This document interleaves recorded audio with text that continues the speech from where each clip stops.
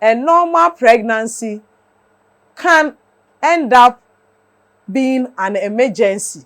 Until obi to me ka say, oh, me amenyi mi na omo anka say me akwa kai operation unti mamboa me ho. Da bi wonyem no anasa time na so no.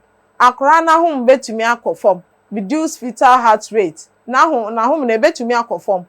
Ye hwese so na say akosoro dodo a eno nso no say ye intervene. Ayesa o 9 months no betumi ayekwa. Ye wie no sa say wo plan sa wa wo awie no aduane na me kofie akwa akodi.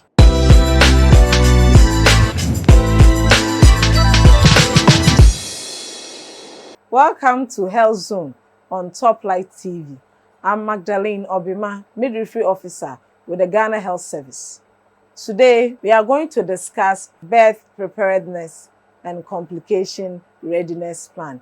Say ahomboa say wo opemfo no wo boaboa ho ansana wa woda aso. Delving deeper, we would want to know or discuss the preparation that you make when you are pregnant. 2, when you are going to deliver.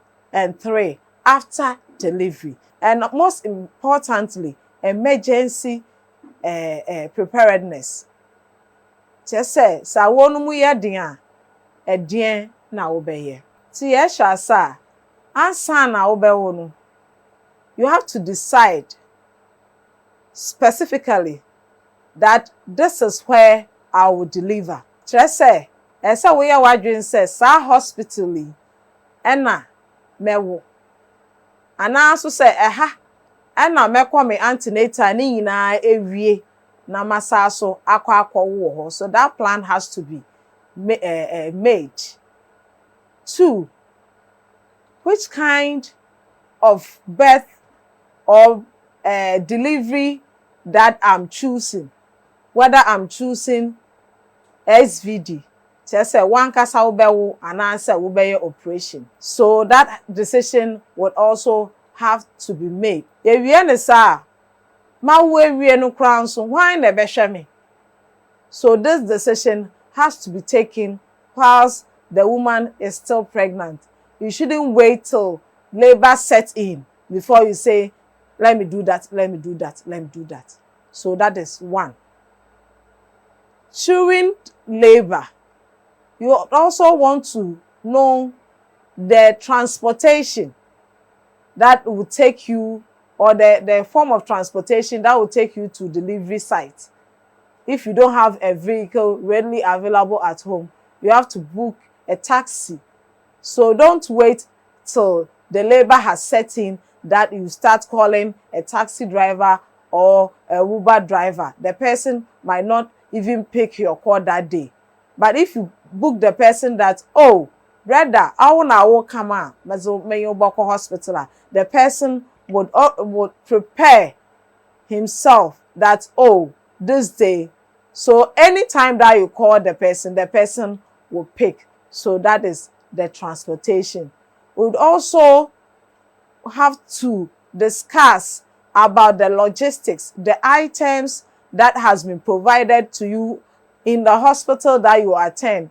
You have to take care and provide all the items that has been listed in the plan that has already been given to you.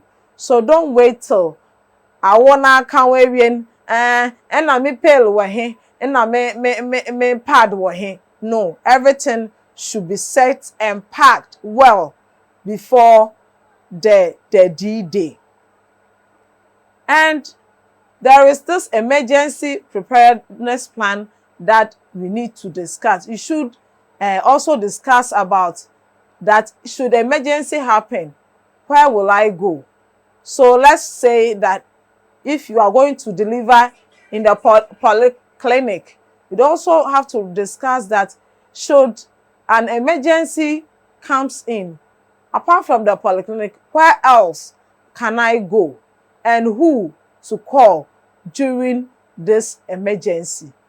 There are some tribes and there are some families, if the husband or if the mother-in-law is not there, or if the mother the mother of the pregnant woman is not there, no decision can be taken.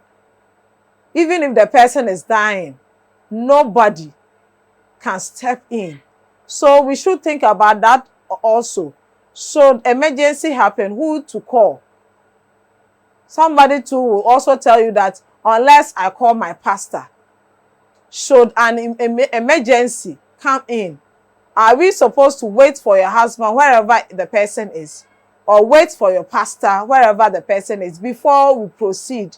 We all know that emergency is very risky, and it concerns the health or the life of the mother and the baby or the fetus. So the person, the decision maker, should be made available so that the person can fall on. We'd also have, for the emergency, you need a sum of money. You have to add money to your preparation. So depending on where you will deliver, you need to make available some amount of money so that when the emergency comes, it's not that time that we would do family contribution in order to save the life of the mother or the woman. So that preparation is very, very necessary. So should you go for a normal delivery or super SVD, you should make a provision for money for CS. Into man ka say me de me nyina doctor ka kire me say me amewo nti man fesika nto wo for CS da bi ya ka kire say wan kasa wo kwowo na mmom bua ho na fa CS sika to ho say empofrim na sa BBC a na ye ka say oh yemfa ne nko theater ye betumi eyi sa sika no wankwa usika ebeda baby a eda. I want to also stress that a normal pregnancy can end up being an emergency. Until obi to me can say, oh, me amenye me na omo anka say me akwa kai operation until ma mboa me ho. Da bi wonyem no anasa time na so no. Akora na ho mbetumi akofom. Reduce fetal heart rate. Na ho na ebetumi akofom. Ye hwese so na say akosoro dodo a eno nso no say ye intervene ayesa o 9 months no ebetumi ayekwa. Nti emergency preparedness no ehia pa. Hospitals nso bi wo ho mo beka say betwi moja gu ho. Yesre wa ye ka say wokọ hospital bi a say o be wo agisa wotwi moja mienu gu ho enye hwe say wokọtwe egu ho. So when you su a ubetumi ede sa moja no edi save obi nso life. Nti man ka say wo mo ka say me nkwotu moja ngu ento wo na man use nti me kwaje made da bi enye ne sa e moja no ebe sei. Nti mom fa gu wo na nso fa gi obi nkwa. So that is emergency preparedness plan. Ye wie no sa sa wo plan sa wa wo awie no edi aduane na me kofie akwa akodi. Nti aka obe say 2 weeks ma wa wo a say we start say wo ye wa ban kwan nkatan kwan wo ye wo kwan ni nyina a hye di freezer. Say wo nya gari si wo say wo nya bro esi wo say wo nya bare say wo nya aduane say wo stock fie wo ansa wa wo kire say nya say wa akwa wo awie no wa ba no na wa fie ansa wo ba bedidi wo aboafo no betumi ayesa ama. So the house should be put in order before you go and deliver. If you have older kids or other kids who are around, who will take care of them? There are times that a woman will be in labor and they will bring the children at home to the hospital. It is not good at all. So provision should be made for these other kids who will be left at home. Is also plan, is part of the plan. Who will take care of you? 1. The person who took you to the labor ward or to labor might not necessarily be the same person who is going to take care of you during postpartum. If it's the same person, it will be very good. But if it's a different person, that plan would also have to be discussed that who will take care of you during postpartum. That person most likely could be your mother, your in-law, sometimes it's even a friend.